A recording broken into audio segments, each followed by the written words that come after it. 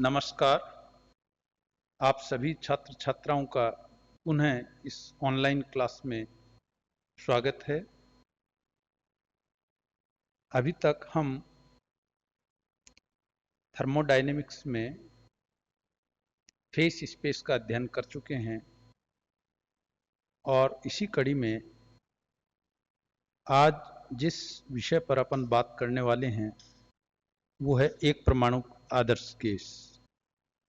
Face space में या प्रावस्था समष्टि में एक परमाणु आदर्श गैस का अध्ययन किस प्रकार किया जाए, तो इसका अध्ययन करने के लिए मान लीजिए आयतन V के एक कक्ष में किसी एक परमाणु गैस के n अणु हैं तथा प्रत्येक अणु का द्रव्यमान m है। हम फेस स्पेस में प्रत्येक अणु को उसके स्थिति निर्देशांकों x, y, z और संवेग निर्देशांकों px, py, pz द्वारा निर्देशित कर सकते हैं। एक अणु की ऊर्जा उसकी स्थितिज व गतिज ऊर्जा का योग होती है, परंतु चूंकि अणु एक दूसरे के ऊपर कोई बल नहीं लगाते हैं, इसलिए इनकी जो स्थितिज ऊर्जा है वो शून्य होगी और इनकी जो ऊर्जा है वो केवल इनकी गति के कारण होगी, या हम यूँ कहें कि जो ऊर्जा है वो गतिज ऊर्जा होगी। यदि अणुओं को द्रव्यमान बिंदु मान लें तो उनकी जो गतिज ऊर्जा है वो भी केवल उनके स्थानांतरण गति के कारण होगी। अतः IV कोष्टिका सेल जिसके कि संवेग निर्देशांक px, py, pz हैं में स्थित किसी अणु की ऊर्जा जो है एप्सिलॉन I, इसका मान हाफ mv² होगा और संवेग के रूप में इसको हम, चूंकि P = mv होता है, इसलिए एप्सिलॉन I को हम pi²/2m लिख सकते हैं, जहां जो I है वो कोष्टिका को रिप्रेजेंट कर रहा है। और जैसा कि आपको मालूम है, फेस स्पेस में जो डिस्ट्रीब्यूशन फंक्शन है, वितरण फलन, उसका मान होता है z = exponential minus epsilon I/2 kT, और चूंकि एप्सिलॉन I का मान pi²/2m है, इसलिए z का मान हुआ summation exponential minus pi²/2m kT। यदि कला निर्देशाकाश को समान आयतन h, जैसा कि आपको मालूम है, इसका मान होता है dx, dy, dz, dpx, dpy, dpz, ये 6 कोऑर्डिनेट्स का मल्टीप्लिकेशन होता है। चूंकि जो फेस स्पेस है वो 6 डायमेंशनल होता है, इसलिए अगर हम इस फेस स्पेस को इस समान आयतन की कोष्टिकाओं में विभाजित कर दें तो ये जो वितरण फलन में सम हमने काम में लिया है, इस सम को हम इंटीग्रेशन से प्रतिस्थापित कर सकते हैं, और इस स्थिति में इस z का मान निकालने के लिए हम इसको h से मल्टीप्लाई करते हैं और h से डिवाइड कर देते हैं। इसलिए z का मान होगा 1/h, और ये 6 इंटीग्रेशन दिखाए गए हैं क्योंकि आपके पास में 6 वेरिएबल्स हैं, dx, dy, dz, dpx, dpy, dpz, इसलिए z का मान हुआ 1/h 6 integrations exponential minus p²/2m kT dx, dy, dz, dpx, dpy, dpz, और इसको हम दो भागों में डिवाइड कर सकते हैं, 3 स्पेस के इंटीग्रेशंस और 3 मोमेंटम स्पेस के इंटीग्रेशंस। इसलिए इसको हम लिख सकते हैं 1/h 3 integrations of space, that is dx, dy, dz, और 3 मोमेंटम स्पेस के integrations exponential minus p²/2m kT dpx, dpy, dpz। और ये जो 3 मोमेंटम के इंटीग्रेशंस हैं, इनको हम फिर अलग अलग इंटीग्रेशंस के रूप में हम लिख सकते हैं 1/h और ये पहली तीन टर्म्स, तीन integrations dx dy dz, exponential minus P X square upon twice M के T D P X, integration exponential minus P Y square upon twice M के T D P Y, third integration exponential minus P square P Z square upon twice M के T D P Z. और ये जो तीनों momentum के जो integrations हैं, इनकी जो लिमिट्स होगी वो माइनस इन्फिनिटी टू इन्फिनिटी होगी, और हम चाहें तो इसको 0 टू इन्फिनिटी भी ले सकते हैं। चूंकि तीन जो स्पेस के इंटीग्रेशंस हैं dx dy dz, इनका मान वॉल्यूम के बराबर होगा, v के बराबर होगा, इसलिए इसको हम लिख सकते हैं v अपॉन एच। और ये जो मोमेंटम स्पेस के तीन इंटीग्रेशंस हैं मोमेंटम के, चूंकि ये स्टैंडर्ड इंटीग्रेशन आपने पढ़ा है e माइनस ई की power minus b x square d x, जो डेफिनेट इंटीग्रल है, लिमिट्स अगर माइनस इन्फिनिटी टू इन्फिनिटी हो तो इसका मान होता है अंडर पाई अपॉन बी। और ये जो तीनों मोमेंटम के इंटीग्रेशन हैं, चूंकि इनका स्वरूप है वो इस इंटीग्रेशन ई की power minus b x square d x जैसा है, इसलिए इसका जो मान है वो होगा अंडर पाई अपॉन बी, जहाँ बी का जो मान है वो 1 अपॉन ट्वाइस एम के टी के बराबर है। इसलिए इस एक इंटीग्रेशन का मान होगा ट्वाइस एम पाई एम के टी पावर हाफ, और इसलिए इन तीनों इंटीग्रेशंस का जो मान है वो हुआ ट्वाइस पाई एम के टी पावर 3/2। इसलिए ये जो मान आ रहा है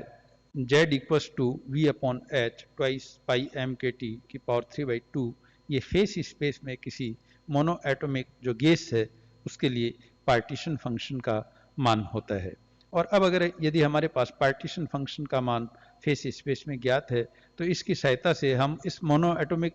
गैस के लिए इसकी जो गैस इक्वेशन है, इसकी जो एंट्रोपी है, इसकी जो टोटल एनर्जी है, इन सब का मान हम ज्ञात कर सकते हैं। इससे पहले हमें आवश्यकता होती है कि जो आईवी कोष्टिका है उसमें अणुओं की संख्या कितनी होगी। तो जैसा कि आपको मालूम है, मैक्सवेल बोल्ट्जमैन डिस्ट्रीब्यूशन जो हमने अध्ययन किया था फेस स्पेस के लिए, उसमें आयत कोष्टिका में जो अणुओं की संख्या है उसका मान होता है n i equal to n upon Z exponential minus epsilon i upon k T, जिससे एन आई का मान, चूंकि हम जेड का मान हमने निकाल लिया है, इस जेड के मान को अगर हम सब्सटीट्यूट कर दें तो एन आई का मान होगा n h upon V twice pi M के टी की power minus 3/2 exponential minus p i square upon twice M के टी। एप्सिलॉन आई आयत जो सेल है उसकी ऊर्जा का मान है जो हम पहले ही निकाल चुके हैं, जिसका कि मान p i square upon twice m है। इसलिए इस एन आई को, चूंकि ये आयत कोष्टिका में अणुओं की संख्या है और जो स्पेस है वो 6 डायमेंशनल है, इसलिए इसको हम लिख सकते हैं d6n। यहाँ जो 6 सुपर स्क्रिप्ट है ये पावर नहीं है, बल्कि ये 6 dn जो है 6, ये रिप्रेजेंट कर रहा है कि जो 6 डायमेंशनल स्पेस है उसमें जो अणुओं की संख्या है वो dn है। 6 डायमेंशनल स्पेस में इसका मान हुआ n upon V twice pi M के टी की power minus 3/2 exponential minus P square upon twice M के T D x D Y D Z D P x D P Y D P Z, चूँकि h का मान D x D Y D Z D P x D P Y D P Z के बराबर है। तो ये 6 dimensional space में अणुओं की, किसी कोष्टिका में अणुओं की संख्या होगी। और अब इसकी सहायता से हम दो तरीके के डिस्ट्रीब्यूशन प्राप्त कर सकते हैं, एक 3 डायमेंशनल स्पेस में डिस्ट्रीब्यूशन और एक मोमेंटम स्पेस में डिस्ट्रीब्यूशन। अगर हमें 3 डायमेंशनल स्पेस में डिस्ट्रीब्यूशन प्राप्त करना हो तो हम सामान्य त्रिविमीय आकाश में बंटन प्राप्त करने के लिए जो पी एक्स पी वाई और पी जेड जो 3 वेरिएबल्स हैं उनके सब मानों के लिए समाकलन कर देते हैं। यानी ये जो 3 p x p y p Z के जो इंटीग्रेशंस हैं इनको अगर हम सॉल्व कर दें तो हमारे पास जो डिस्ट्रीब्यूशन प्राप्त होगा वो 3 डायमेंशनल स्पेस में जो सिंपल अपना स्पेस है उसमें डिस्ट्रीब्यूशन हमें प्राप्त होगा। और इसको हम लिख सकते हैं dn3, जहाँ 3 जो सुपर स्क्रिप्ट है वो ये रिप्रेजेंट कर रहा है कि ये अब जो स्पेस हम कंसिडर कर रहे हैं वो 3 डायमेंशनल स्पेस है। इसलिए 3 डायमेंशनल स्पेस में जो अणुओं की संख्या है वो होगी n upon V twice pi M के टी की पावर -3/2। और ये जो तीन integration d P x, D P Y, D P Z, और इसके साथ में चूंकि एक्सपोनेंशियल -p² एम के टी भी है, और ये फिर पुनः स्टैंडर्ड इंटीग्रेशन बन जाएगा -infinity to infinity E minus ई की पावर -bx² dx, जिसका कि मान √π/b होता है। इसलिए इन तीनों इंटीग्रेशन, प्रत्येक इंटीग्रेशन का मान ट्वाइस पाई एम के टी की पावर हाफ के बराबर होगा। इसलिए इन तीनों इंटीग्रेशंस का जो मान है वो हुआ ट्वाइस पाई एम के टी की power 3/2 into d x D y जी डी जेड। और ये चूंकि ट्वाइस पाई एम के टी की पावर -3/2 और ट्वाइस पाई एम के टी की पावर 3/2 एक दूसरे को कैंसिल कर देंगे, इसलिए हमारे पास बचेगा d3n equal to n upon V d x D Y D z, जिसे हम लिख सकते हैं d3 upon d x D Y D z equal to n upon V. और ये इससे हम एक बहुत ही इंपॉर्टेंट कंक्लूजन निकालते हैं, जिसका कि मतलब ये है कि इस निकाय में जो सारे अणु हैं वो समान रूप से वितरित हैं। इसलिए n अपॉन वी का जो d3 upon n dx dy dz ये आपके 6 डायमेंशनल स्पेस की सहायता से डिस्ट्रीब्यूशन प्राप्त किया है, और ये जो मान है वो n अपॉन वी के प्राप्त हो रहा है, जो कि ये इंगित करता है कि इस निकाय में सारे के सारे जो अणु हैं वो समान रूप से वितरित होंगे। तो इस तरीके से हम सामान्य स्पेस में जो डिस्ट्रीब्यूशन है वो प्राप्त कर सकते हैं। अब अगर हम वेग स्पेस में, वेलोसिटी स्पेस में बंटन प्राप्त करना चाहें, डिस्ट्रीब्यूशन प्राप्त करना चाहें, तो इसके लिए हमने जो d6n या ni का जो मान निकाला है, उसमें जो तीन इंटीग्रेशन dx dy dz हैं, इनके लिए अगर हम इसको सोल्व कर दें इंटीग्रेशन को, तो वेग आकाश में बंटन प्राप्त करने हेतु एक्स वाई जेड के सब मानों हेतु हमें समाकलन करना होगा, जिससे हमें प्राप्त होगा d3n equal to n 2 pi M के टी की power -3/2 exponential -p² upon twice M के T D P x, D P Y, D P Z. और इसको हम चूंकि जो p है वो mv के बराबर होता है, इसलिए इस संवेग को अगर हम वेलोसिटी स्पेस में कन्वर्ट कर दें तो ये मान हो जाएगा n 2 पाई एम के टी की power -3/2 exponential -mv² upon twice K T D we x, D we Y, D we Z. और इसको हम लिख सकते हैं n, ये m यहाँ कैंसिल हो जाएगा, तो m अपॉन 2 पाई के टी की power 3/2 exponential -mv² upon twice K T D we x, D we Y, D we Z. और यहाँ ये जो तीन डिफ्रेंसिएशन, तीन वेलोसिटी स्पेस का जो वेरिएबल्स हैं d we x, D we Y, D we z, ये वेलोसिटी स्पेस में जो जिसको कि हम कहें कि एक तरीके से ये वेलोसिटी स्पेस का आयतन है। और जैसा कि आपने वेगों के अणुगति सिद्धांत, वेगों का जो वितरण नियम है उसमें वेलोसिटी स्पेस कंसिडर किया था, उस स्पेस में वेलोसिटी स्पेस का जो आयतन होता है, अगर अणु का वेग c हो, तो उस स्थिति में वेग समष्टि में आयतन जो dvx, dvy, dvz है, इसका मान होता है 4 पाई c² dc। इसलिए ये जो वेलोसिटी स्पेस में डिस्ट्रीब्यूशन है, इसकी इक्वेशन बन जाती है d3n equal to n m upon twice pi K T की power 3/2 exponential -mc² upon twice K T 4 pi c² dc। यहाँ मैंने v को जो चूंकि एक जगह वेलोसिटी को मैं c से रिप्रेजेंट कर रहा हूँ, इसलिए मैंने जो वेलोसिटी v से रिप्रेजेंट की है वो भी फाइनल एक्सप्रेशन में c से रिप्रेजेंट की है। और ये आपका बहुत ही well known velocity distribution law है, जो कि वेगों के जो वितरण नियम है उस अध्याय में हमने प्राप्त किया है। तो इस तरीके से हम वेलोसिटी स्पेस में जो डिस्ट्रीब्यूशन है वो प्राप्त कर सकते हैं। अब अगर हम आदर्श गैस समीकरण प्राप्त करना चाहें, तो इसके लिए हम हेल्महोल्ट्ज फंक्शन काम में लेते हैं। जैसा कि आपको मालूम है, हेल्महोल्ट्ज फंक्शन को हम डिफाइन करते हैं F equal to U minus TS, जहाँ पर U आंतरिक ऊर्जा, T सिस्टम का टेम्परेचर और S निकाय की एंट्रोपी है। और पार्टीशन फंक्शन के रूप में इसका जो मान है वो होता है -nkt log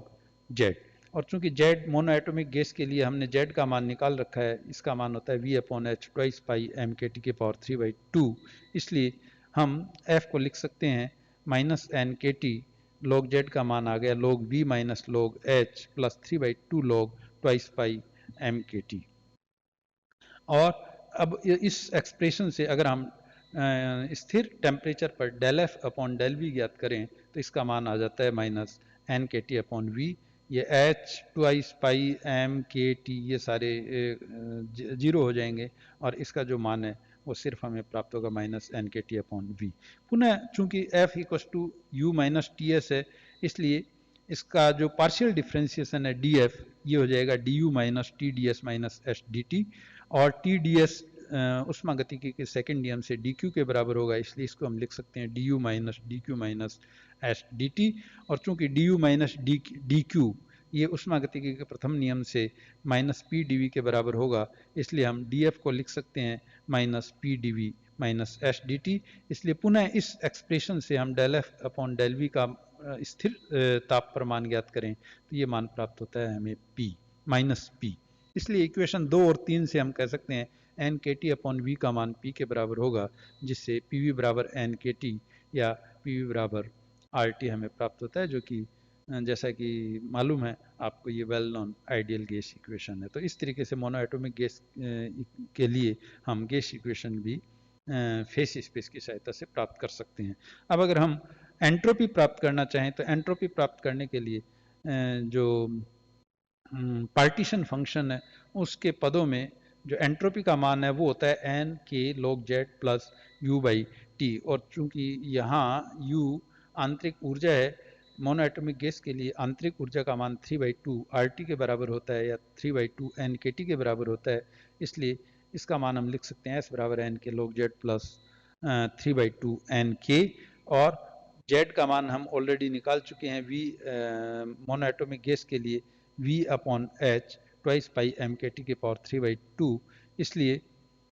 ये log z का अगर हम मान रख दें तो S बराबर N K log V plus 3/2 log twice pi K T minus log h minus 3/2 log m plus 3/2 N K. और चूंकि इसका जो मान है वो अगर हम सिर्फ v और t को कंसिडर करें, बाकी को कांस्टेंट स्थिरांक सबको मान लें,